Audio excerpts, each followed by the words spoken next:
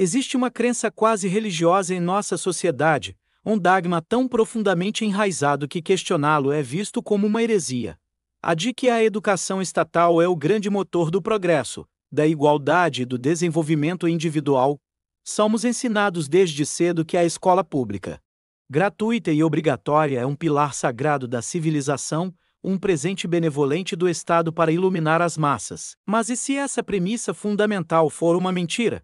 E se o sistema educacional que conhecemos não foi projetado para te libertar, mas para te moldar? E se seu objetivo principal não for o ensino, mas a doutrinação? Este vídeo é uma investigação sobre a natureza e o propósito da educação estatal. Uma análise que busca desvendar por que o sistema, por sua própria estrutura e história, está fundamentalmente contra o desenvolvimento de um indivíduo verdadeiramente livre, crítico e soberano. Não se trata de atacar professores individualmente, muitos dos quais são bem-intencionados, mas de expor a arquitetura de um sistema, cujo produto final não é o gênio, mas o cidadão obediente. Para entender o sistema atual, precisamos escavar suas fundações. O modelo de educação em massa, que domina o mundo hoje, não nasceu de um desejo puro por conhecimento, mas de uma necessidade geopolítica e industrial. Ele foi largamente inspirado pelo modelo prussiano do século XIX. Um sistema projetado com um objetivo muito claro: criar soldados dóceis e trabalhadores de fábrica eficientes. O Estado prussiano precisava de homens que seguissem ordens sem questionar, que se acostumassem a uma rotina rígida e que vissem o Estado como a autoridade máxima. A solução foi a escolaridade obrigatória.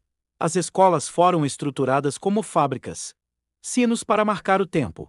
Fileiras de alunos em uniformidade, um currículo padronizado e uma hierarquia de autoridade incontestável. O objetivo não era cultivar o pensamento crítico, que é perigoso para qualquer regime autoritário, mas sim a obediência, a pontualidade e a conformidade. Este DNA, este código genético da conformidade, foi importado e adaptado por nações ao redor do mundo, incluindo a nossa.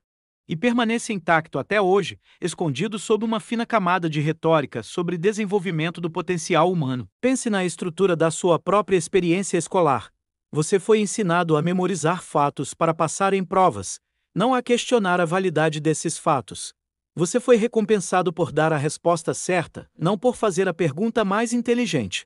Você aprendeu a sentar-se em silêncio por horas, a pedir permissão para falar ou para ir ao banheiro, a seguir um cronograma que não fazia sentido para seus ritmos individuais de aprendizado. Você foi agrupado com outras pessoas da mesma idade, não do mesmo nível de habilidade ou interesse, criando um ambiente artificial que não existe em nenhum outro lugar do mundo real. Todo o sistema é uma longa e exaustiva lição de submissão à autoridade externa. Ele te ensina que o conhecimento é algo que é dado por uma autoridade, o professor, o livro didático, o Ministério da Educação, e não algo que é ativamente buscado e construído por você. Ele te ensina que seu valor é medido por notas e classificações externas, e não por sua curiosidade, criatividade ou caráter. O resultado inevitável dessa arquitetura é a produção em massa de indivíduos que são perfeitos para o sistema que os criou, funcionários que não questionam o chefe, cidadãos que não questionam o governo e consumidores que não questionam a narrativa da mídia. O sistema não está quebrado, ele está funcionando perfeitamente, de acordo com seu propósito original. Ele cria pessoas que são dependentes de estruturas externas para lhes dizer o que pensar, o que fazer e como viver.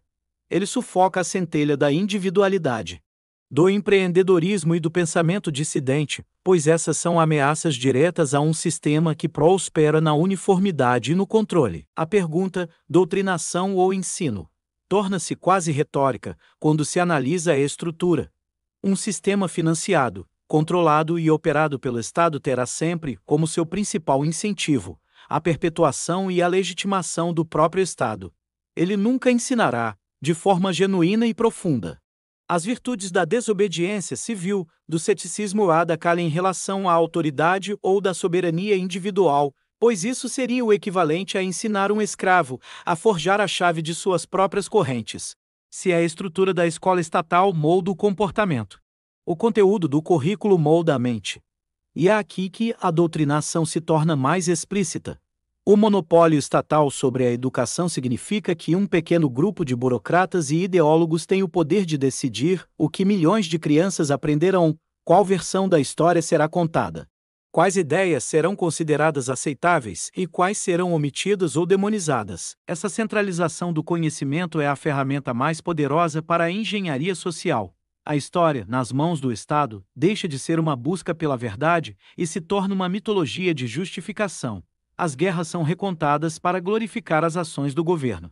Os presidentes e líderes políticos são apresentados como figuras heróicas e benevolentes, e o crescimento do poder estatal é retratado como um progresso inevitável e desejável. A história da liberdade, das revoltas contra impostos, da desconfiança dos fundadores em relação ao poder centralizado, é convenientemente esquecida ou minimizada. Você aprende sobre os grandes feitos do Estado, mas não sobre suas falhas catastróficas. Sua corrupção endêmica ou a destruição econômica causada por suas políticas. A doutrinação se estende para além da história. Na economia, ensina-se o modelo keynesiano, que justifica a intervenção estatal, o endividamento público e a impressão de dinheiro, enquanto as ideias da escola austríaca, que defendem o livre mercado, a moeda forte e criticam a ação do governo, são frequentemente ignoradas ou caricaturadas. Você aprende que o capitalismo selvagem é a fonte de todos os meios e que o Estado é o regulador necessário para corrigir as falhas do mercado, uma narrativa que convenientemente posiciona o governo como o herói da história. Você não é ensinado sobre como a inflação, causada pelo próprio governo, é um imposto oculto que rouba o poder de compra dos mais pobres, ou como a regulamentação excessiva cria barreiras que protegem grandes corporações e sufocam pequenos empreendedores. O currículo econômico é, em essência, um longo comercial a favor da intervenção estatal. Nos últimos anos, essa doutrinação adquiriu uma nova e mais agressiva faceta com a infusão de ideologias progressistas e da teoria crítica em todas as matérias. Sob o pretexto de promover a justiça social e a diversidade, o sistema educacional se tornou um campo de treinamento para o ativismo político. As crianças são ensinadas a ver o mundo não através da lente da individualidade e da humanidade compartilhada, mas através da lente opressiva de identidades de grupo, raça, gênero, classe social. A história é reescrita como uma simples batalha entre grupos opressores e oprimidos. A matemática e as ciências são consideradas por alguns como ferramentas do patriarcado branco que precisam ser descolonizadas. A literatura clássica é substituída por obras que servem a uma agenda política específica. O objetivo não é mais ensinar os alunos a pensar, mas ensiná-los o que pensar, fornecendo-lhes um conjunto de dogmas ideológicos pré-aprovados. Essa guerra contra a verdade objetiva e o pensamento crítico tem consequências devastadoras. Ela cria uma geração que é incapaz de debater ideias de forma racional, pois foi ensinada a rotular qualquer discordância como discurso de ódio ou fobia. Ela gera ressentimento e divisão. Ao treinar os jovens para se verem como membros de tribos em conflito, em vez de indivíduos soberanos. E, o mais perigoso de tudo, ela destrói a capacidade do indivíduo de confiar em seu próprio julgamento. Quando a própria realidade se torna uma questão de interpretação política, o indivíduo se torna totalmente dependente de uma autoridade externa à mídia, à academia, o partido para lhe dizer o que é verdadeiro. Ele se torna o cidadão perfeito para um regime totalitário.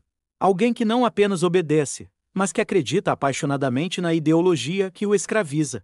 O sistema não está apenas contra o seu desenvolvimento intelectual, ele está em guerra pela sua alma. Estamos desvendando a arquitetura e o conteúdo de um sistema projetado para a conformidade. Se esta análise está ressoando com sua própria experiência e te fazendo questionar as narrativas que lhe foram ensinadas, então este é o momento de se juntar à nossa comunidade de pensadores livres. Clique no botão de inscrição. Não é apenas um número, é uma declaração de que você escolhe a verdade sobre o conforto. E para que essa reflexão se aprofunde, quero te convidar a uma interação poderosa. Pense em sua própria educação.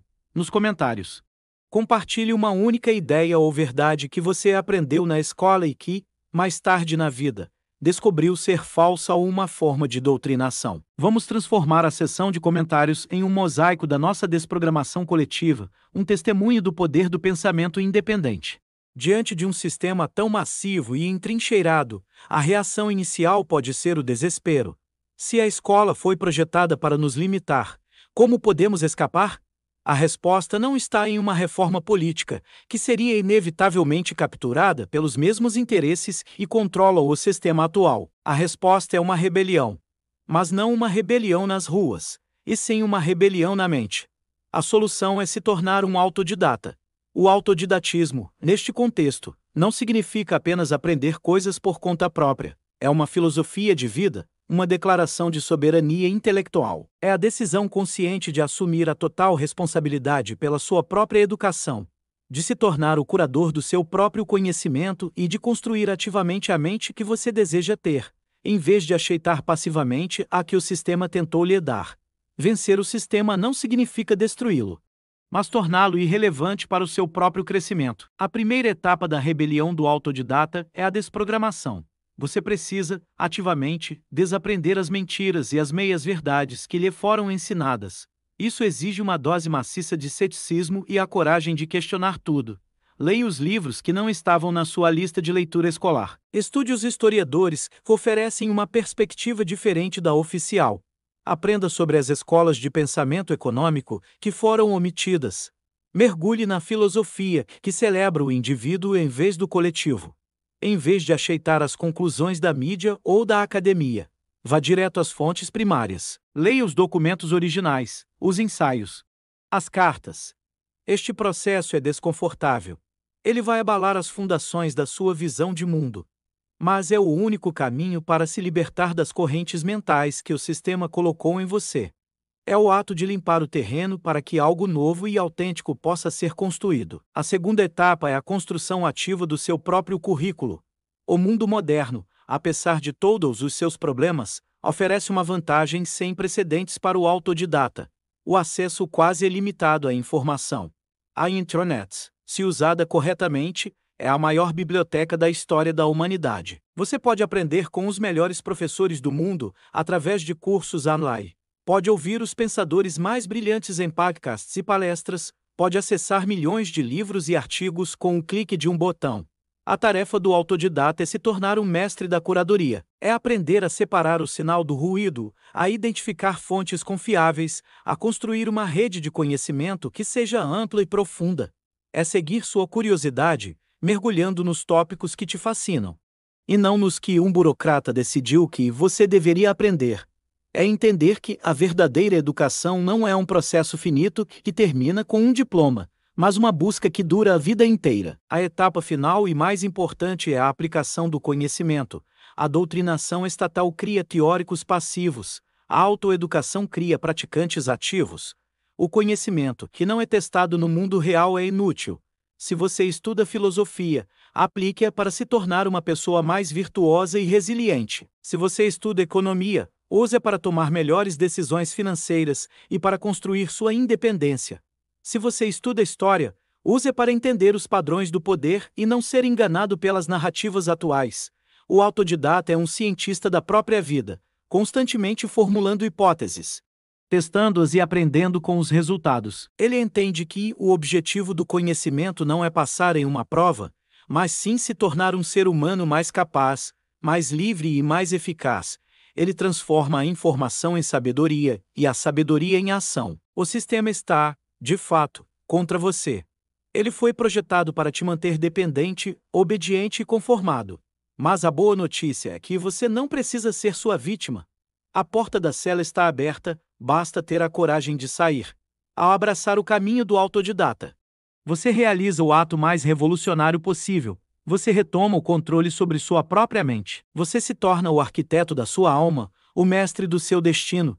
E um homem que pensa por si mesmo é a única força que nenhum sistema, por mais poderoso que seja, pode verdadeiramente controlar. Chegamos ao fim desta análise crítica sobre a natureza da educação estatal. Se esta mensagem te despertou para a necessidade de assumir o controle da sua própria mente e de iniciar sua jornada como um pensador livre, então eu te convido a se juntar à nossa rebelião intelectual. Clique no botão de inscrição. Não é apenas um número, é um compromisso com a soberania da sua própria consciência. E para selar essa decisão, quero te pedir uma ação concreta. Nos comentários abaixo, compartilhe um único livro. autor ou fonte de conhecimento que foi fundamental em sua desprogramação e que você recomendaria a outros que estão começando essa jornada. Vamos transformar a seção de comentários em uma biblioteca da libertação, um guia colaborativo para todos que desejam vencer o sistema. Obrigado por sua atenção e por ousar pensar por si mesmo.